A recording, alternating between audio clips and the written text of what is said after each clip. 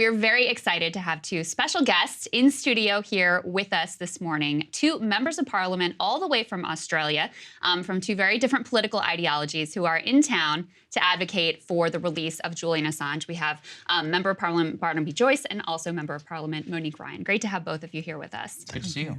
Thanks for having us on your show. Yeah, Absolutely. of course. So if you could start just by telling us, why are you in town? Why make what is a very long trip to come here and advocate on behalf of Julian Assange? Oh, thanks, Krystal. Yeah, so as you say, it's a long way to come. And the parliamentary delegation that's come from Australia, the 6 of us, is unique, I think. As far as we can tell, it's unprecedented for 3 members from our lower house and our upper house to come in this way.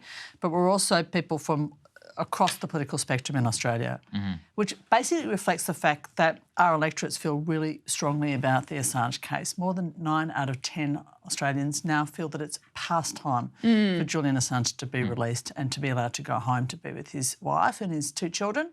There's a real wave of support for him in Australia. We're very anxious about the prospect that he could be extradited from the United Kingdom to the States, and we're here to advocate on his behalf. So to talk a little bit about that, sir, what are the issues at stake? Is it about standing up for journalism? He's a citizen. What are some of the issue areas that have united, all these disparate political coalitions to unite them to come to Washington and say this is something that we demand? Well, let's go through the issues here. For me, it's not so much about Julian Assange. It's a principle. It's a principle about extraterritorial reach.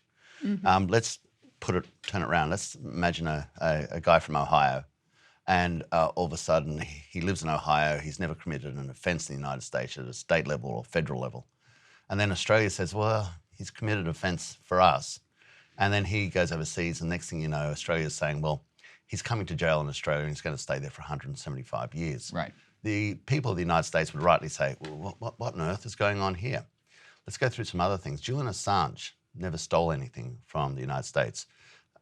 A guy by the name of Bradley Manning, who then became Chelsea, who's then Chelsea Manning, did. And then he published it.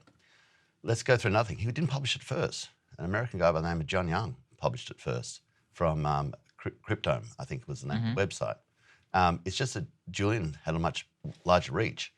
In Australia, Julian actually got a Walkley Award, a journalism award. Now, I'm not here to advocate. I actually think that morally it was wrong, but it wasn't a criminal offence in Australia, okay? And that's the big difference. And we've got other issues. We've got a lady by the name of Cheng Lei. She's in jail in China. She's a journalist. So what do we say there? Do we say to the Chinese, oh, well, you should send her back? Let's go back and say, hey, how about you work on your first fella in your own backyard, right, and then come and talk to us.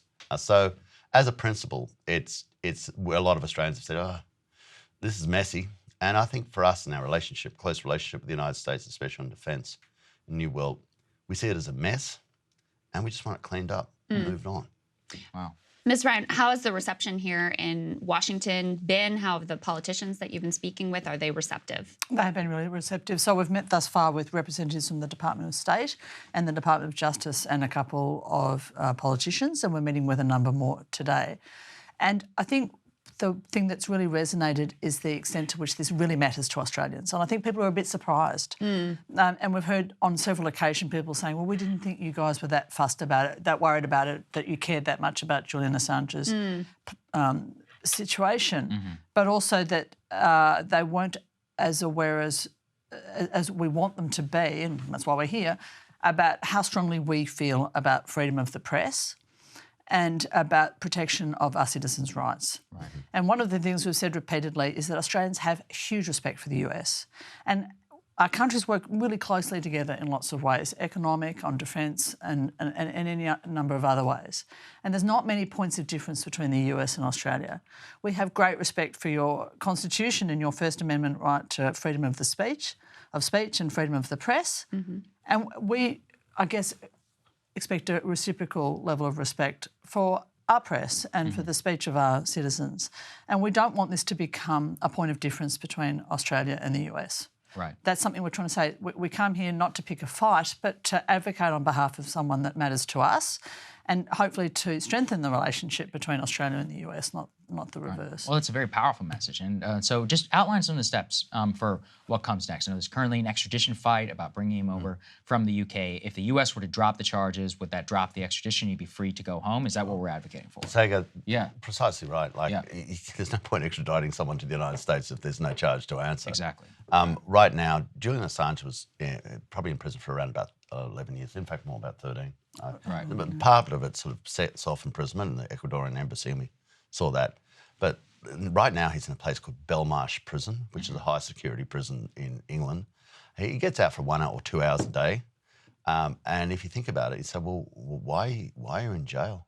Well, you didn't commit a crime in Australia. Right. There is no, and Australia's not like a sort of a backwater in a remote corner of the world that's goes around deliberately persecuting people, or we have special laws. We're very similar on our common law principle and how the United States works, and we're trying to take people on the journey.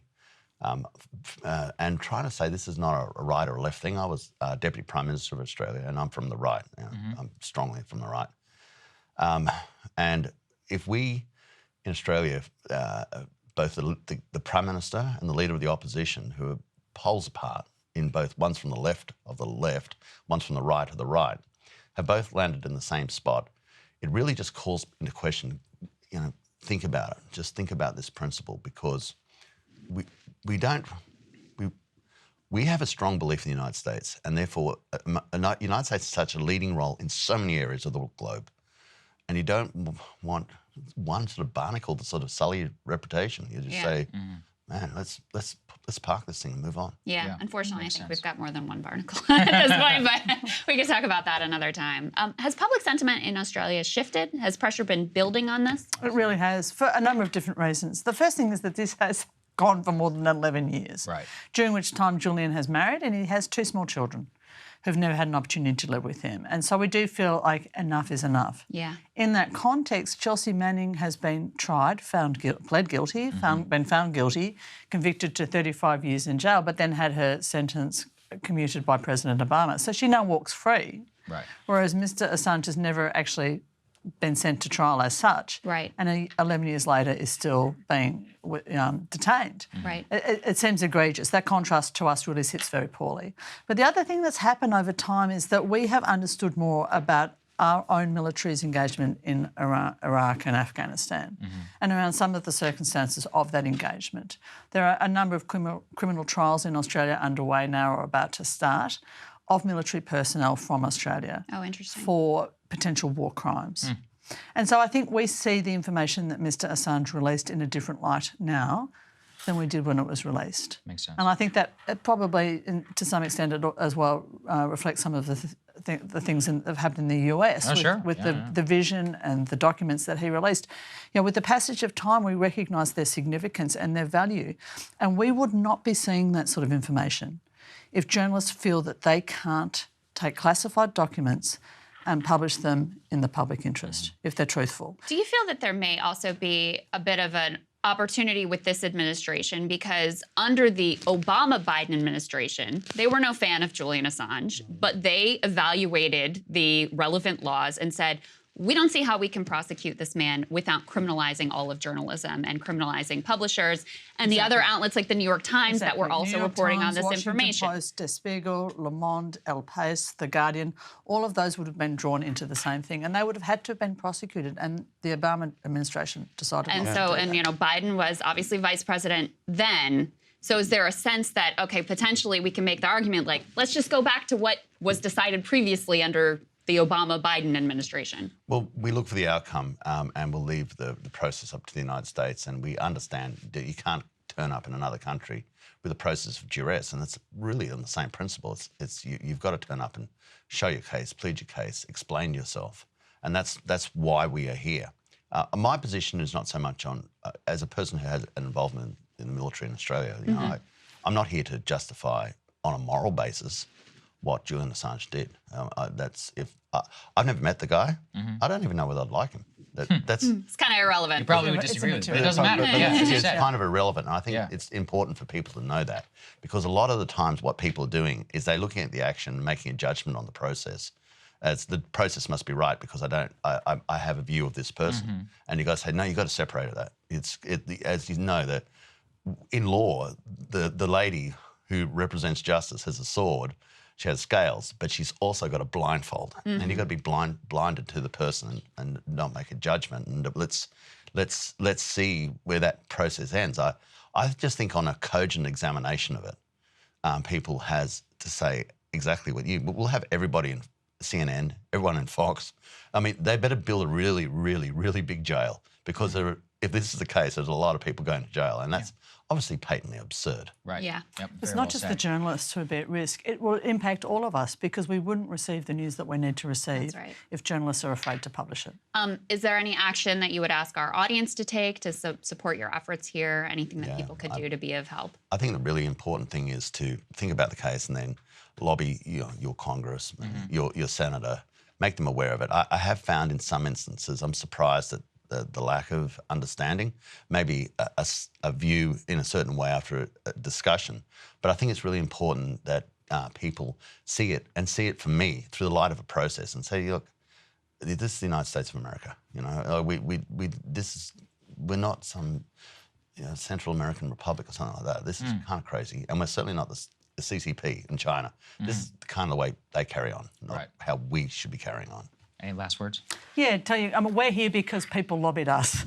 Politicians listen to their constituents, and so we would really ask people to do that and to speak out about this because it matters to all of us. Yeah. Well, thank you both so much for joining us, for making the trip, and hopefully our audience can help you. Thank you. So much. Thank you both. Thanks for having us. Hey guys, if you like that video, go to breakingpoints.com, become a premium subscriber, and help us build the best independent media organization on the planet. That's right. We're subscriber funded. We're building something new. We want to replace these failing mainstream media organizations. So again, to subscribe, it's breakingpoints.com.